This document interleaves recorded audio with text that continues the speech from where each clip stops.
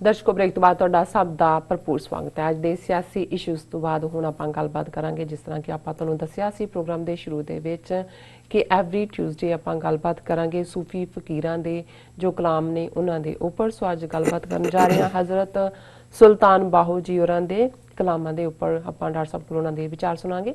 ਸੋ ਅਸੀਂ ਚਾਹਾਂਗੇ ਕਿ ਤੁਸੀਂ ਸਾਡੇ ਨਾਲ ਇਸੇ ਤਰ੍ਹਾਂ ਹੀ ਬਣੇ ਰਹਿਣਾ। ਦੇਖਣ ਸੁਣਨ ਲਈ ਤੁਹਾਡਾ ਸਭ ਦਾ ਬਹੁਤ ਬਹੁਤ ਸ਼ੁਕਰੀਆ ਜੀ। ਡਾਕਟਰ ਸਾਹਿਬ ਕੀ ਕਹਿਣਾ ਚਾਹੋਗੇ?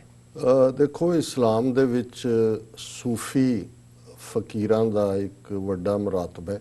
ਬਿਲਕੁਲ, ਉਹਨਾਂ ਨੇ ਇਸ਼ਕ ਹਕੀਕੀ ਨੂੰ ਆਧਾਰ ਬਣਾ ਕੇ ਰੱਬ ਨੂੰ ਆਪਣਾ ਆਪਾ ਸਮਰਪਿਤ ਕੀਤਾ ਜੀ। ਮੇਨ ਸਟ੍ਰੀਮ ਇਸਲਾਮ ਨਾਲੋਂ ਵੱਖਰਾ ਇੱਕ ਹਿੱਸਾ ਜ਼ਰੂਰ ਹੈ ਕਿ ਜਿਵੇਂ ਸਿੱਖਇਜ਼ਮ ਦੇ ਵਿੱਚ ਗੁਰੂ ਦਾ ਰੁਤਬਾ ਹੈ ਕਿ ਰੱਬ ਨੂੰ ਜਾਣਨ ਲਈ, ਰੱਬ ਨੂੰ ਪਛਾਣਨ ਲਈ, ਰੱਬ ਨਾਲ ਮੁਹੱਬਤ ਲਈ ਗੁਰੂ ਦਾ ਰਸਤਾ ਜਿਹੜਾ ਹੈ ਉਹ ਇੱਕ ਅਹਿਮੀਅਤ ਰੱਖਦਾ ਹੈ, ਗੁਰਮਤ ਦੇ ਉੱਤੇ ਖਲੋਣਾ। ਇਸੇ ਤਰ੍ਹਾਂ ਸੂਫੀਜ਼ਮ 'ਚ ਜਿਹੜਾ ਉਹਨਾਂ ਦਾ ਪੀਰ ਹੈ ਉਹਦੇ ਲਈ ਲਫ਼ਜ਼ ਮੁਰਸ਼ਦ ਇਸਤੇਮਾਲ ਹੁੰਦਾ ਹੈ। ਔਰ ਪੰਜਾਬ ਦੇ ਵਿੱਚ ਤਾਂ ਖ਼ਾਸ ਤੌਰ 'ਤੇ ਅਸੀਂ ਇਕੱਲਾ ਇਸ ਨੂੰ ਇੱਕ ਸੂਫੀ ਮੈਸੇਜ ਨਹੀਂ ਦੇਖਦੇ। ਸੂਫੀਆਂ ਦਾ ਇੱਕ ਵੱਡਾ ਹਾਂ ਪੱਖੀ ਸੀ ਵੀ ਉਹਨਾਂ ਨੇ ਬਹੁਤ ਸਾਰਾ ਲਿਟਰੇਚਰ ਪੰਜਾਬੀ ਜ਼ਬਾਨ ਦੇ ਵਿੱਚ, ਆਪਣੀ ਮਾਂ ਬੋਲੀ ਦੇ ਵਿੱਚ ਪ੍ਰੋਡਿਊਸ ਕੀਤਾ। ਔਰ ਜੇ ਅਸੀਂ ਪੰਜਾਬੀ ਜ਼ਬਾਨ ਦੇ ਪਿਤਾਮਾ ਕਹੀਏ ਜਿਨ੍ਹਾਂ ਨੇ ਪੰਜਾਬੀ 'ਚ ਕਲਾਮ ਰਚਿਆ, ਤੇ ਬਾਬਾ ਫਰੀਦ ਜਿਹੜੇ ਗੁਰੂ ਨਾਨਕ ਸਾਹਿਬ ਤੋਂ ਵੀ ਲਗਭਗ 250 ਸਾਲ ਪਹਿਲਾਂ ਹੋਏ ਨੇ, ਆਲਮੋਸਟ 800 ਸਾਲ ਪਹਿਲਾਂ ਉਹਨਾਂ ਨੇ ਪੰਜਾਬੀ ਦੇ ਵਿੱਚ ਰਚਨਾ ਜਿਹੜਾ ਉਹਨਾਂ ਦਾ ਕਲਾਮ ਗੁਰੂ ਗ੍ਰੰਥ ਸਾਹਿਬ ਦੇ ਵਿੱਚ ਮੌਜੂਦ ਹੈ। ਬਹੁਤ ਸਾਰੇ ਸੂਫੀ ਜਿਹੜੇ ਇਸ ਪੀਰੀਅਡ 'ਚ ਜਿਨ੍ਹਾਂ ਦੇ ਕਲਾਮ ਨੂੰ ਅੱਜ ਵੀ ਜਿਹੜੇ ਪ੍ਰੋਮੀਨੈਂਟ ਸਿੰਗਰ ਨੇ ਉਹ ਗਾਉਂਦੇ ਨੇ। ਔਰ ਇਸ ਇਸ਼ਕ ਹਕੀਕੀ ਦੇ ਰਸਤੇ ਦੇ ਜਿਹੜੇ ਸੀਕਰ ਨੇ, ਜਿਹੜੇ ਤਾਲਿਬ ਨੇ, ਉਹ ਉਹਨਾਂ ਤੋਂ ਜਿਹੜਾ ਫਾਇਦਾ ਲੈਂਦੇ ਨੇ, ਉਸ ਨੂੰ ਇੰਜੋਏ ਕਰਦੇ ਨੇ। ਉਹਨਾਂ ਦੇ ਵਿੱਚ ਜਿਹੜੇ ਵੱਡੇ ਫਕੀਰ ਨੇ ਸੁਲਤਾਨ ਬਾਹੂ, ਔਰ ਬੇਸ਼ੱਕ 18ਵੀਂ ਸਦੀ ਤੱਕ ਪਹੁੰਚਦੇ ਹਾਂ ਅਸੀਂ ਹਾਸ਼ਮ ਦੀ ਗੱਲ ਵੀ ਕਰਦੇ ਹਾਂ, ਸ਼ਾਹ ਹੁਸੈਨ ਦੀ ਗੱਲ ਵੀ ਕਰਦੇ ਹਾਂ, ਬਾਬਾ ਬੁੱਲੇ ਸ਼ਾਹ ਦੀ ਗੱਲ ਵੀ ਕਰਦੇ ਹਾਂ। ਉਹਨਾਂ ਨੂੰ ਵੀ ਅਸੀਂ ਆਪਣੇ ਲਿਆਵਾਂਗੇ। ਪਰ ਜਿਸ ਦੇ ਨਾਲ ਅਸੀਂ ਇਹ ਟਿਊਜ਼ਡੇ ਦਾ ਦਿਨ ਹੁਣ ਇਸ ਦੇ ਲਈ ਫਿਕਸ ਕੀਤਾ ਹਜ਼ਰਤ ਸੁਲਤਾਨ ਬਾਹੂ। ਔਰ ਹਜ਼ਰਤ ਸੁਲਤਾਨ ਬਾਹੂ ਜਿਨ੍ਹਾਂ ਦੇ ਬਹੁਤ ਸਾਰੇ ਕਲਾਮ ਦੇ ਅਖੀਰ 'ਚ ਲਫ਼ਜ਼ ਹੂ ਲੱਗਦਾ ਹੈ, ਔਰ ਇਹਨਾਂ ਨੂੰ ਬਹੁਤ ਸਾਰਿਆਂ ਨੇ ਗਾਇਆ ਹੈ, ਬਹੁਤ ਸਾਰੇ ਇਹ ਜਿਹੜਾ ਚਰਚਾ ਦਾ ਵਿਸ਼ਾ ਹੁੰਦਾ ਹੈ। ਇਹਨਾਂ ਦਾ ਜਿਹੜਾ ਲਾਈਫ ਟਾਈਮ ਪੀਰੀਅਡ ਹੈ 1631 ਦੇ ਵਿੱਚ ਪਿੰਡ ਅਵਾਨ ਜ਼ਿਲ੍ਹਾ ਝੰਗ ਦੇ ਵਿੱਚ ਇਹਨਾਂ ਦਾ ਜਨਮ ਹੁੰਦਾ ਹੈ। ਔਰ 1691 ਦੇ ਵਿੱਚ ਇਹ ਇਸ ਦੁਨੀਆ ਤੋਂ ਰੁਖਸਤ ਹੁੰਦੇ ਨੇ। ਲਗਭਗ 60 ਸਾਲ ਦੀ ਇਹਨਾਂ ਦੀ ਉਮਰ ਹੈ। ਔਰ ਜਿਵੇਂ ਸੂਫੀਆਂ ਦੇ ਵਿੱਚ ਅੱਡ ਸਕੂਲ ਆਫ ਥਾਟ ਨੇ, ਕਾਦਰੀ ਸਕੂਲ ਦੇ ਨਾਲ ਇਹਨਾਂ ਦਾ ਤਾਲੁਕ ਹੈ। ਔਰ ਇਹਨਾਂ ਦੇ ਮੁਰਸ਼ਦ ਹਜ਼ਰਤ ਹਬੀਬੁੱਲਾ ਇਹ ਸਨ। ਔਰ ਇਹਨਾਂ ਨੇ ਸਿਰਫ ਇਹੀ ਨਹੀਂ ਕਿ ਪੰਜਾਬੀ ਦਾ ਤਾਂ ਪੋਪੂਲਰ ਹੈ ਕਿਉਂਕਿ, ਪਰ ਇਹ ਪਰਸ਼ੀਅਨ ਦੇ, ਫਾਰਸੀ ਦੇ ਬਹੁਤ ਵੱਡੇ ਸਕਾਲਰ ਸੀ। ਔਰ ਇਹਨਾਂ ਦੀਆਂ ਦੋ ਜਿਹੜੀਆਂ ਲਿਖਤਾਂ ਪਰਸ਼ੀਅਨ ਦੇ ਵਿੱਚ, ਨੂਰੁਲ ਹੁਦਾ ਲਾਈਟ ਆਫ ਗਾਈਡੈਂਸ ਤੇ ਰਿਸਾਲੇ ਰੂਹੀ ਬੁੱਕ ਆਫ ਸੋਲ, ਇਹ ਬੜੀਆਂ ਪ੍ਰਚਲਿਤ ਨੇ। ਔਰ ਪੰਜਾਬੀ ਦੇ ਵਿੱਚ ਇਹਨਾਂ ਨੇ ਸੀ ਹਰਫੀਆਂ ਲਿਖੀਆਂ।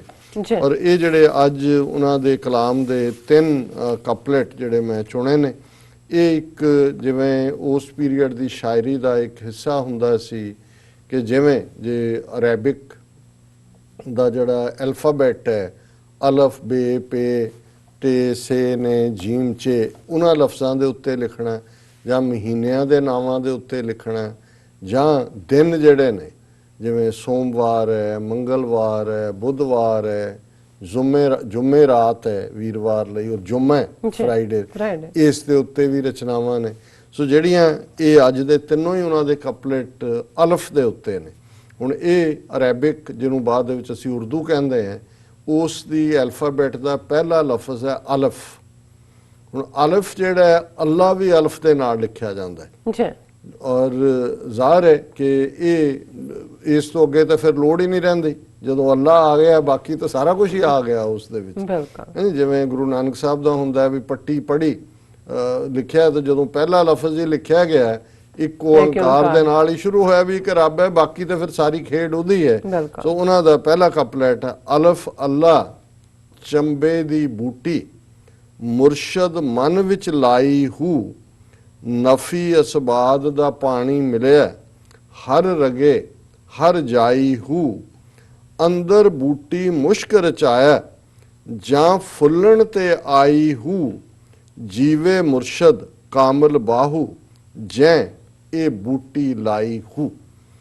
ਹੁਣ ਇਹ ਮੈਸੇਜ ਬੜਾ ਕਲੀਅਰ ਹੈ ਕਿ ਵੀ ਇਹ ਹੈ ਕਿ ਇਸ਼ਕ ਹਕੀਕੀ ਦਾ ਜਿਹੜਾ ਬੂਟਾ ਹੈ ਤੁਹਾਡੇ ਅੰਦਰ, ਜਿਹੜਾ ਉਹ ਪਿਆਰ ਦਾ ਚਸ਼ਮਾ ਹੈ, ਇਹ ਕਿਵੇਂ ਲੱਗਦਾ ਹੈ। ਔਰ ਜਿਵੇਂ ਮੈਂ ਕਿਹਾ ਵੀ ਗੁਰੂ ਦੀ ਅਹਿਮੀਅਤ ਹੈ ਸਿੱਖ ਥਾਟ 'ਚ, ਮੁਰਸ਼ਦ ਸੂਫੀ ਇਸਲਾਮ ਦੇ ਵਿੱਚ ਸੈਂਟਰ ਹੈ ਜਿਹੜਾ ਉਸ ਦੇ ਨਾਲ ਲਾਉਂਦਾ ਹੈ। ਇਸ ਲਈ ਬਹੁਤ ਵਾਰ ਜਿਹੜਾ ਕਲਾਮ ਹੈ ਉਹ ਮੁਰਸ਼ਦ ਦੀ ਸਿਫਤ ਸਲਾਹ 'ਚ ਹੁੰਦਾ, ਕਿਉਂਕਿ ਉਹਦੇ ਰਾਹੀਂ ਰੱਬ ਤੱਕ ਪਹੁੰਚ ਹੁੰਦੀ ਹੈ। ਔਰ ਜਿਵੇਂ ਈਵਨ ਕਬੀਰ ਸਾਹਿਬ ਦਾ ਕਬੀਰ ਬੀਚਕ ਗ੍ਰੰਥ ਦੇ ਵਿੱਚ ਇੱਕ ਸ਼ਲੋਕ ਹੈ ਕਿ ਗੁਰੂ ਗੋਬਿੰਦ ਦੋਨੋਂ ਖੜੇ ਕਾਂਕੇ ਲਾਗੋਂ ਪਾਏ, ਬਲਿਹਾਰੀ ਗੁਰ ਆਪਨੇ ਜਿਨ ਮਾਲਕ ਦਿਆ ਮਿਲਾਏ, ਕਿ ਜਿਨ ਗੋਬਿੰਦ ਦਿਆ ਮਿਲਾਏ। ਕਿ ਹੁਣ ਉਹ ਕਹਿੰਦੇ ਨੇ ਕਿ ਗੁਰੂ ਔਰ ਰੱਬ ਦੋਨੋਂ ਖੜੇ ਨੇ, ਮੈਂ ਕਿਹਦੇ ਪੈਰੀਂ ਪਾਵਾਂ ਪਹਿਲਾਂ। ਉਹ ਕਹਿੰਦਾ ਵੀ ਬਲਿਹਾਰ ਜਾਵਾਂ ਆਪਣੇ ਗੁਰੂ ਤੋਂ ਜਿਹਨੇ ਮੈਨੂੰ ਗੋਬਿੰਦ ਦੇ ਨਾਲ ਮਿਲਾਇਆ। ਸੋ ਇਹਦੇ 'ਚ ਹਜ਼ਰਤ ਸੁਲਤਾਨ ਬਾਹੂ ਕਹਿੰਦੇ ਨੇ ਹੁਣ ਚੰਬੇ ਦਾ ਫੁੱਲ ਖੁਸ਼ਬੂ ਹੈ ਜੀ, ਉਹਨੂੰ ਤੁਸੀਂ ਚਮੇਲੀ ਨੂੰ ਅਸੀਂ ਜੈਸਮੀਨ ਕਹਿੰਦੇ ਆ ਪੰਜਾਬੀ 'ਚ ਹੀ। ਇਹ ਬਹੁਤ ਸਾਰਾ ਚੰਬੇ ਦੇ ਫੁੱਲ ਦੇ ਨਾਲ ਖੁਸ਼ਬੂ, ਜਦੋਂ ਫ੍ਰੈਗਰੈਂਸ ਦੀ ਗੱਲ ਹੈ ਕਿ ਇਹ ਉਹਨਾਂ ਨੇ ਕਿਹਾ ਜੀ ਇਹ ਜਿਹੜਾ ਅਲਫ ਹੈ ਇਹ ਅੱਲਾ ਦੀ ਬੰਦਗੀ, ਉਸ ਦੇ ਪਿਆਰ ਦੀ ਜਿਹੜੀ ਚੰਬੇ ਦੀ ਬੂਟੀ ਹੈ, ਇਹ ਮੁਰਸ਼ਦ ਦੀ ਬਦੌਲਤ ਉਸ ਦੀ ਸੰਗਤ ਮੈਨੂੰ ਮਿਲੀ, ਮੇਰੇ ਮਨ ਦੇ ਵਿੱਚੋਂ ਤਲਬ ਜਾਗੀ ਔਰ ਨਫੀ ਅਸਬਾਦ ਦਾ ਪਾਣੀ ਮਿਲਿਆ। ਨਫੀ ਹੈ ਬਦੀ, ਅਸਬਾਦ ਹੈ ਨੇਕੀ, ਕਿ ਇਹ ਨੇਕੀ ਔਰ ਬਦੀ ਦਾ ਪਾਣੀ ਮਿਲਿਆ ਹਰ ਰਗੇ ਹਰ ਜਾ। ਤੇ ਹੌਲੀ ਹੌਲੀ ਪਹਿਲਾਂ ਇਹ ਦਿਲ ਦੇ ਵਿੱਚ ਪਿਆਰ ਦਾ ਇੱਕ ਬੀਜ ਫੁੱਟਿਆ ਔਰ ਨੇਕੀਆਂ ਕਰਦੇ ਆ, ਫਿਰ ਇਹ ਹਰ ਰਗੋ ਰੇਸ਼ੇ ਦੇ ਵਿੱਚ ਵਜੂਦ ਦੇ ਰਚ ਗਈ। ਤੇ ਜਦੋਂ ਫਿਰ ਰਚ ਗਈ ਰਗੋ ਰੇਸ਼ੇ, ਅੰਦਰ ਬੂਟੀ ਮੁਸ਼ਕ ਮਚਾਇਆ, ਤੁਹਾਡੇ ਅੰਦਰ ਫਿਰ ਉਸ ਰੱਬ ਦੇ ਪਿਆਰ ਦੀ ਖੁਸ਼ਬੂ ਚਾਰ ਚਫੇਰੇ ਫੈਲੀ।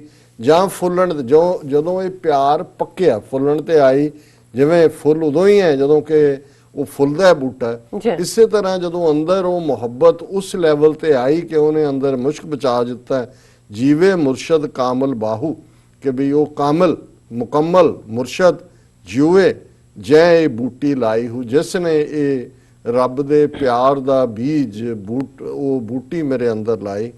ਦੂਸਰਾ ਇਸੇ ਹੀ ਥਾਟ ਨੂੰ ਅੱਗੇ ਤੋਰਦੇ, ਅਲਫ ਅੱਲਾ ਚੰਬੇ ਦੀ ਬੂਟੀ ਮੁਰਸ਼ਦ ਮਨ ਵਿੱਚ ਲਾਂਦਾ ਹੂ, ਜਿਸ ਗਤ ਉੱਤੇ ਸੋਹਣਾ ਰਾਜ਼ੀ ਉਹ ਗਤ ਸਿਖਾਂਦਾ ਹੂ, ਹਰਦਮ ਯਾਦ ਰੱਖੀ ਹਰ ਵੇਲੇ ਸੋਹਣਾ ਉੱਠਦਾ ਬਾਂਦਾ ਹੂ, ਆਪੇ ਸਮਝ ਸਮਝੇਂਦਾ ਬਾਹੂ ਉਹ ਆਪ ਆਪੇ ਬਣ ਜਾਂਦਾ ਹੂ।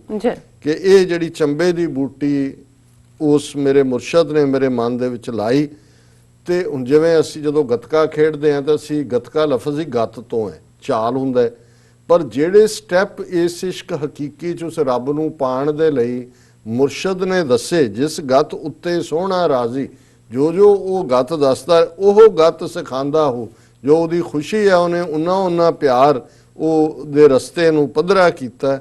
ਹਰਦਮ ਯਾਦ ਰੱਖੀ ਹਰ ਵੇਲੇ ਸੋਹਣਾ ਉੱਠਦਾ ਬਾਂਦਾ ਹੋ, ਕਿ ਇਹ ਵੀ ਮੈਸੇਜ ਸੀ ਕਿ ਭਾਈ ਹਰ ਵੇਲੇ ਉਸ ਸੋਹਣੇ ਰੱਬ ਨੂੰ ਉੱਠਦਿਆਂ ਬਹਿੰਦਿਆਂ ਯਾਦ ਰੱਖਣਾ। ਤੇ ਉਹ ਆਪੇ ਸਮਝ ਸਮਝਾਉਂਦਾ ਬਾਹੂ, ਉਹ ਆਪੇ ਬਣ ਜਾਂਦਾ ਹੋ, ਕਿ ਉਹ ਆਪ ਹੀ ਸਮਝਾ ਦਿੰਦਾ ਹੈ। ਫਿਰ ਜਦੋਂ ਰੱਬ ਦੇ ਰਸਤੇ ਵੱਲ ਤੁਸੀਂ ਤੁਰਦੇ ਹੋ ਕਿ ਕਿਵੇਂ ਤੁਸੀਂ ਇਸ ਮੁਹੱਬਤ ਦੀ ਖੇਡ ਨੂੰ ਖੇਡਣਾ।